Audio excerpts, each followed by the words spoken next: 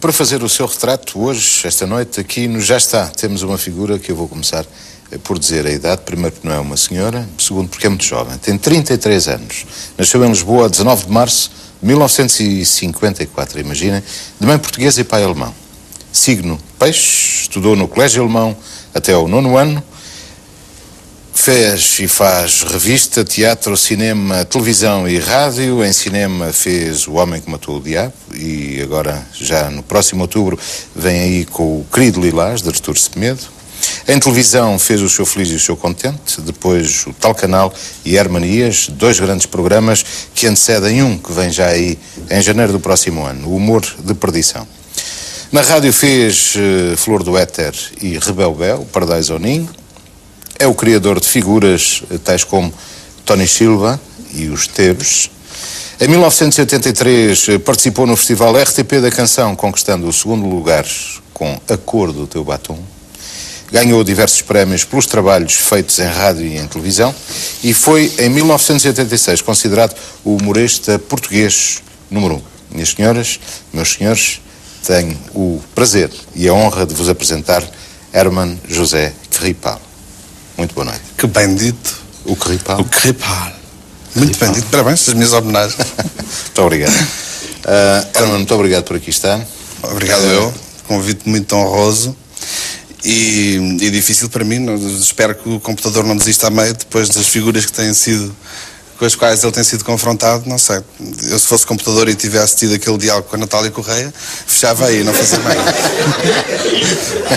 Não, o nosso computador não desiste e também não tem vergonha nenhuma. Vamos ver o que é que vai sair daqui. Podemos começar? Ele diz que está pronto, portanto, vamos ver. Antes de tomar uma decisão, pesa sempre os prós e os contras? Sim? Não? Às vezes? Que linda voz que tem este computador. Se eu lhe disser boa noite, responde-me. Boa noite. Boa noite. Isto parece o computador do Justiceiro, daquele que tem visto. O kit. O automóvel? Sim, sim. Para melhor. Com esta voz, para melhor. Sim, para muito melhor. Antes de tomar uma decisão, se pesa sempre os prós e os contras. E depois de me pesar a mim todas as manhãs e de chegar à conclusão que estou quase nos 100 quilos, fico sem vontade depois de pesar mais, seja aquilo que for. Mas, curiosamente, as melhores decisões que eu tenho tomado têm sido daquelas sem pesar nada de nada. Por outro lado, vivendo num país pequenino como Portugal e com aqueles problemas que todos nós conhecemos, não é verdade, Joaquim?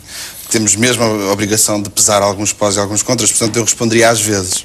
Às vezes, e isso por causa do Portugal dos pequeninos? Ou Sim, principalmente porque quem vive em ruas estreitas e pequeninas tem de ter muito cuidado, porque não tem muito campo de manobra e está sujeito a ser atropelado por uma carroça puxada por um burro. Portanto, às vezes. Às vezes.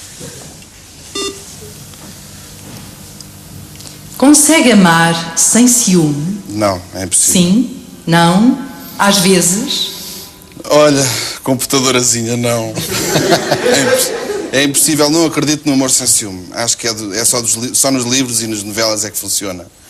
Porque o ciúme faz parte do nosso código genético. Nas novelas funciona mal, não é? Pois, uma novelazinha sem ciúme. Sim, está condenada. Não, é impossível. Ciúme, discussões, coisas atiradas pelo ar, baratas, claro. Isso é que é amor? E depois o reencontro, é? Sim, depois o reencontro sabe muito melhor. É com beijinhos, fazer as pazes. Não, sim, claro que... Não. A resposta é não. Portanto, não consegue amar sem ciúme. Não consegue amar sem ciúme, é impossível. Nas situações delicadas, deixa ao tempo o cuidado de decidir? Sim? Não? Às vezes? Eu, por acaso... Eu sou pouco de acreditar em coisas, mas acho que o tempo tem efeitos quase miraculosos em certas coisas. E naquilo que eu considero situações delicadas, que são todas aquelas que eu não posso solucionar. Por exemplo, in extremis a morte é uma situação delicada. E o tempo é que pode decidir ou não se daí a uns anos nós já não vamos sentir a morte de alguém que nos está perto ou não. Portanto, são coisas que nos transcendem. E o tempo é a única solução para aquilo que eu considero situações delicadas. Portanto, eu diria que sim. De qualquer forma, naquelas decisões que pode tomar, leva também em consideração o fator tempo. Vamos deixar o tempo amadurecer as coisas. Eu acho que o tempo faz milagres. Se é uma situação que eu posso resolver sem esperar, então para mim não é uma situação delicada, é mais uma. Na minha maneira de sentir a situação delicada, acho que é difícil depois tomar decisões sem deixar passar tempo para a gente se aperceber com quem é que está a lidar, o que é que está a acontecer. Tá. Acho que sim. Sim.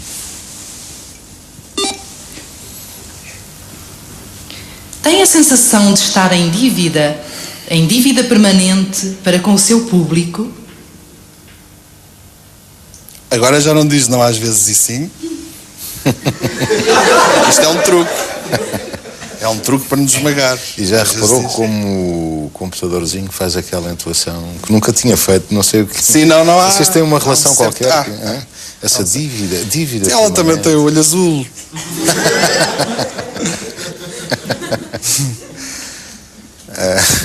E ainda tem 3 quadradinhos amarelos. E então, eu acho que isso devia estar. Portanto, se me sinto em dívida permanente com o meu público cozinho, acho que sim, constantemente. É o que nos. É aliás o que nos acaba por cansar mais depois. Eu atrever-me a dizer que depois dos primeiros 10 anos de carreira é que nós perdemos aquela inconsciência de vamos brincar, vamos fazer coisas, vamos ser conhecidos e passamos a ter um respeito enorme por aquelas pessoas que se tornam clientes dos nossos produtos, que acordam de manhã porque nos gostam de ouvir na rádio ou porque serão a discutir em defesa de um disparate que a gente disse, muitas vezes contra um grupo de pessoas que acha que não. Isso dá-nos responsabiliza-nos imenso. E eu cada vez sinto essa dívida. Eu não gosto da expressão com o seu público, faz lembrar aqueles que vêm, o meu público. Eu gosto tanto deles, eles gostam tanto de mim, eu não acredito nisso. E além disso, o público um dia não pode ser meu, no dia seguinte já não é como no futebol. Mas pelo público em geral eu tenho uma dívida permanente, sim. Pelo português, porque os outros países estão-se borrifando para mim, não é? Eu vou à Espanha, entro na loja e digo, olá, o que é que queres, pá? Estás a dizer olá o quê? Quem és tu? Perdona-me, usted. Queria só caramelos. Portanto, sim. Sim. Gosta de cozinhar? Adoro. Não vem aí adoro, mas adoro. Cozinhar é para mim um hobby espetacular. E, por acaso, queria lançar daqui o repto a todas as pessoas que ainda não descobriram um hobby engraçado para experimentarem fechar-se na cozinha sozinhos, porque se há mais pessoas depois já estraga tudo. E inventar, brincar com a alimentação é tão giro. Aliás, os resultados estão à vista. Eu há 20 quilos não cozinhava. Mas gosto. Sim. Mas há 20 quilos atrás o Herman já tinha descoberto essa alquimia da cozinha, essa atração? Não tinha o mínimo talento para... Nem um ovo sabia estrelar em condições. E depois, a certa altura, tive essa experiência encantadora de começar a viver sozinho e a desencantadora experiência de ter de ir aos restaurantes almoçar e jantar. E depois comprei um livro de culinária, comecei a fazer umas experiências e cheguei à conclusão que tenho imenso talento. Pode ser mesmo o meu futuro. Fez? O Manuel Luís gosta que não se ponha a pau. Sim. Portanto, sim, porque não há adoro, não é?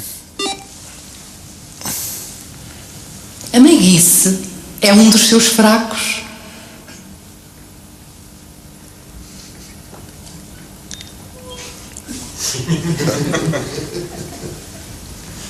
A meiguice.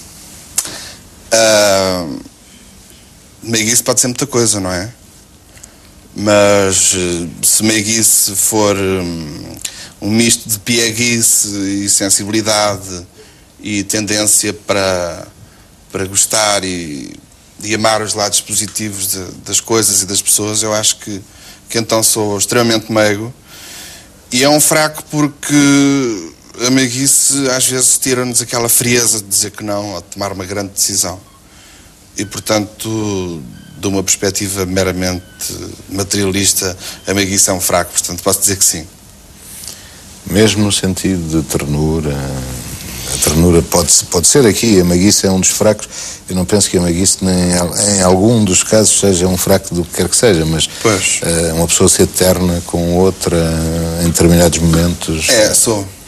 Sou, aliás, eu acredito muito, e às vezes parece contrassenso, porque eu apareço às vezes numa posição de combatente, de quem está a dizer coisas muito importantes e a ofender muito alguém, e a maior parte das vezes é mentira.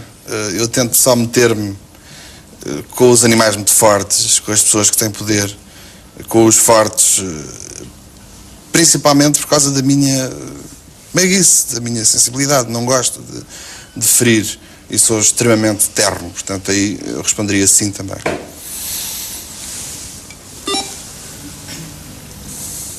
Custa-lhe ser fiel? Agora é mais fácil. Com os novos perigos sexuais, a gente pensa sempre 2 vezes antes de ser infiel. Se fosse na época onde todas as doenças venéreas estavam controladas, eu dizia que sim. Agora digo às vezes. Por que é que está a olhar para mim? Não, estou a analisar a profundidade daquilo. Tem ali a esposa atrás, não pode dizer nada. Não, mas é isso, mas agora falando a sério, o Herman também pensa que esse cuidado vem de alguma forma, e entre aspas, porque não quero de modo nenhum impor qual é a moral correta, mas em moralizar aquilo que seria para alguns a dissolução dos costumes, do que foi a explosão sexual, da liberdade sexual da década de 70, por exemplo. Não, eu não vejo isso por essa perspectiva. Quase que me irrita essa tese de que pronto, isto é uma coisa ótima, porque é extremamente moralizador, acho de um cinismo atroz, quase tão grande como os fiéis. E pronto, isso leva-nos a outra conversa também desagradável, que é sobre o aborto, do qual eu sou um fiel defensor. Mas, para não entrar em polémicas, eu tenho muita pena da gente nova agora, dos 16, 17, 18 anos, que desponta sexualmente ao ouvir falar de perigos imensos. E em Portugal ainda a coisa está suavezinha. Hoje em dia um jovem inglês de 3 ou de 4 em 4 minutos na televisão leva com uma propaganda, pronto, e que é importante, completamente repressiva e assustadora. Deve ser terrível despontar para a sexualidade, qualquer que ela seja, daquela maneira. E isso custa-me ver, porque eu, pronto, já estou velhote, já tenho 33 anos, já fiz tanta coisa, só me faltava um computador e agora tem isso. No meu tempo ia-se para o inferno. Apesar de tudo, era mais agradável do que, de facto, a situação de hoje. Há quem diga que o inferno é que está a dar. Divertido. Portanto, agora, às vezes, tinha sido a sua resposta. Às vezes.